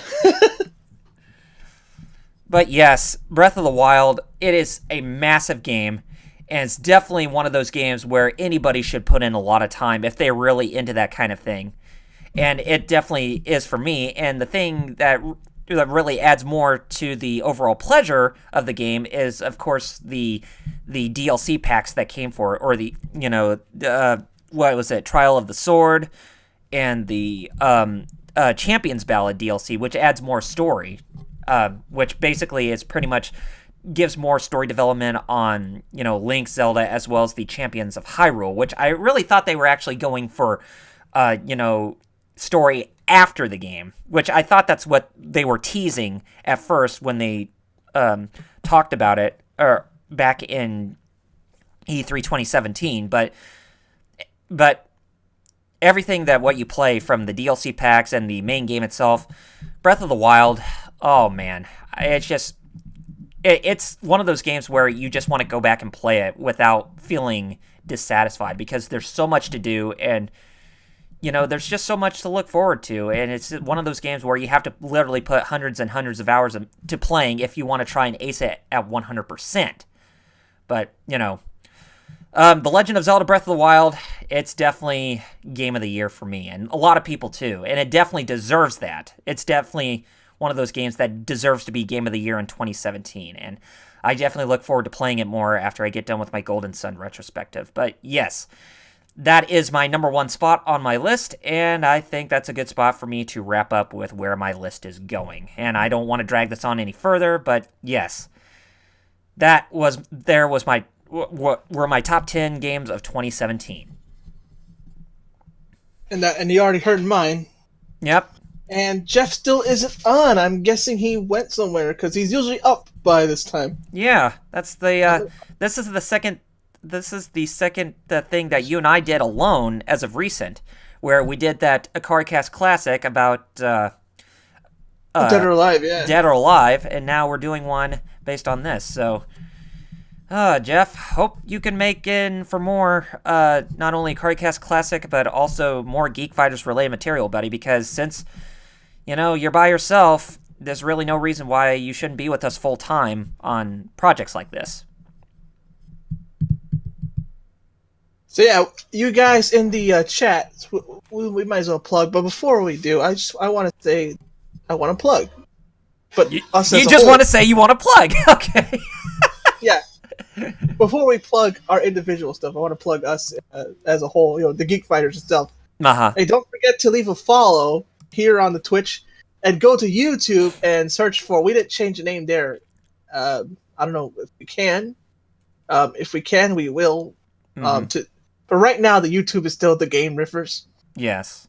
Go sub over there and tell your friends about us. Share us out, please, because we can't just. Yes. We can't just grow just by sitting here. We need people to spread the word. Absolutely. I mean, there comes a point where you feel like you should be only supporting the big guys, but there are the little guys too that actually need to grow, because that's the only way how YouTube works, is not only just acknowledging just the big people, but also the underdogs as well, because that's the only way not only can they grow, but we can grow too. So spread us out, share the word about us, and share our videos, share our Twitch, and also tell us what you want to see. You can't read minds. Yeah, exactly. If there's something you want us to do, you got to tell us. Just leave a comment, leave an email or something, or in the chat. So tell us what you want us to do, like any Let's Plays, or if you want, like, hey, we want you to finish Brave Fencer Musashi. We don't know. We don't know unless you tell us. Oh, exactly. But we do plan on playing some more Brave Fencer Musashi in a little bit. And Thousand Arms as well, which Double R will have to restart because. My version, I don't have enough. I don't know. He knows more about the game. Oh yeah, I think I managed to be about 2 or 3 times, so I do remember it a little bit. So he knows more, because there's a lot of I'd rather show his game. Plus, the way my recording works, the audio is always desynced. It's because of how my Mac is like. It doesn't like audio. I don't know why. This is why he needs a new PC or a new computer for this year. That's another reason to support us. Help me get a new computer so I can actually do streams. So I can do the streams as well, not just achieve. Hey, we can cycle it around. I'll do a stream. He does a stream. Yeah, exactly. But I need a new computer to do that. So, which, at the very least, I need at least $700. At the very least, because I don't just need a new computer, I need a new monitor. It's probably one of those things where we're going to need to get that Patreon up as soon as possible or something. Which, again, if you guys want to support us that way, let us know. If also, just spreading the word around and helping us get YouTube and Twitch views helps. Just that alone, because, if we get enough subs on Twitch or YouTube, we can get ads on there, and that also helps. So, if you don't want to spend any money on the Patreon to exactly. And if you do, let us know, because, again, we can't read minds. And also, one last thing before we plug. Did you guys have any of your own top list? It doesn't have to be a top 10. It could be a top 5. Yeah. In the chat there. Yeah, definitely put it in the chat, or, once this goes up on YouTube, you can definitely put it in the chat there if you want to. Oh, yeah. The comments, yeah. So let us know. We'll definitely read them. I know me. I always check comments. Like, I'm never too. Checking comments. It's kind of a sad thing. I should at least chill for a little bit. Like, no, I have to check. If I'm not, I'm on my phone checking. That's kind of like is that an addiction? I guess. I guess so. So with that said, I don't see any lists. So I guess plug away. Okay. What do you got? You can find me on Double RPG Reviews at youtube.com, which is youtube.com/Double RPG Reviews. I am currently working on my Golden Sun retrospective. I've been running into some problems trying to work out the rest of the video, where I'm also downloading some other videos to actually fit well within the retrospective, but that's also been taking up most of my time because of the last bits and portions that I'm actually working on for the video. But yeah, be on the lookout. I hopefully want to try to aim for the end of this month before February, but things could change. But I do have new RAM sticks coming in, which holds more RAM than where I'm at right now, which I have 16 gigabytes. But getting 2 8 gigabyte RAM sticks, that will increase my RAMs up to 24 gigabytes. So hopefully that should help out a lot. But I do plan on going up to 32 since my computer can hold out at that max amount. But hopefully that'll help my problems with Vegas Pro 15. But who knows? But yeah, be on the lookout on that coming from me in the future. I do plan on working on more 2 cents videos, but that will be after I get done with this Golden Sun retrospective that I'm working on. But yes, be on the lookout for more content coming from me in the future that you won't find anywhere else, and be on the lookout for more content coming from us as the Geek Fighters that you won't even find anywhere else, whether if it's on Twitch or on YouTube, but mostly on Twitch. But either way, this Double RPG signing off, and I'll see you on the flip side. And we'll catch you later for when we start to air more Brave Fencer Musashi. I'm not going to plug? Go ahead! You're going to plug. All right. No, I thought you were just going to end the stream. No. You said you're going to... You said... you said plug, so I figured you were going to plug too. No. I thought you were signing off at the end. No. I didn't say sign off or whatever, but I... Oh. Excuse me. No. I thought you were signing off. Okay, I should have said, what about you, Jerry? Maybe that should have been a bit more easier for you. But anyway, plug away, my friend. Plug away. All right, so you can check out my YouTube, but is it still Brad Burns' Rival? Even though my name is FighterXaos? Mm-hmm. Brad Burns' Rival. So the URL, you have to go youtube.com/Brad Burns Rival, because that's my old YouTube. But the name is FighterXaos. On there, you can just search FighterXaos, like it says right on the screen there, on YouTube, where I do the drop and Ikaricast classics that aren't live streamed, because I think I'll just keep this one on the main channel. I don't know if I'll cross post it, but sometimes I do, sometimes I don't. But yeah, Ikaricast classics that I record are definitely going up on my channel. The drop and my animatic series. It's not fully animated because some parts are just like stills, but my little art story time series, where my first one was months ago, where I just talked about who I am, and I got a new one coming out where it's kind of the it's like a prerequisite if you're one of these YouTubers, art story YouTubers. You have to talk about your first job, and that'll be my next one, which I already recorded back in November. Actually, I recorded a long time ago. I just haven't gotten around. I was on and that contest is done, so I finally have time again to work on that whenever, maybe not Monday, because I'll be recording the drop, but it should go up by February the latest. Okay. How about that? Yeah, sounds good. And that's me. All right, now go ahead and you sign us off. You are the leader of the Geek Fighters. I sometimes forget I am, but yes. Well, the reason why it's called Geek Fighters is because... Anyways, yes. I'm FighterXaos. He's Double RPG. Remember to check us out on YouTube, like I said, and on Twitch here, and on Twitter. Same thing, The Geek Fighters. And on Facebook. So we're everywhere. And let us know what you think and all that. Like, I already mentioned it, so I'm just going to say, I'm FighterXaos. He's Double RPG. 16-bit Jeff would be here if I don't know where he is, probably sleeping. But probably is. Is there anything else? Sun us out. We're done. Okay. Thank you for showing up, and thank you for having our backs. And join the Discord. Yes, which will be in the check out the YouTube version for that. The link will be on YouTube.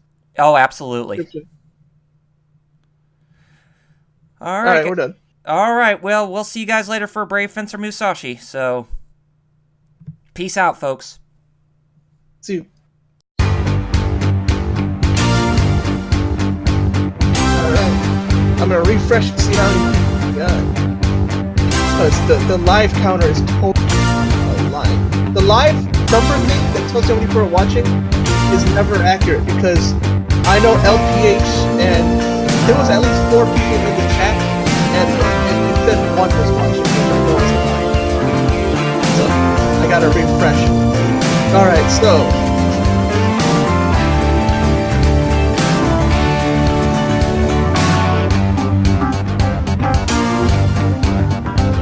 according to the counter, which isn't accurate, but as of right now, it says 6 people showed up. But that is also inaccurate. Like over an hour, it'll show like how more people showed up. Plus, it'll be should. Top 10 results.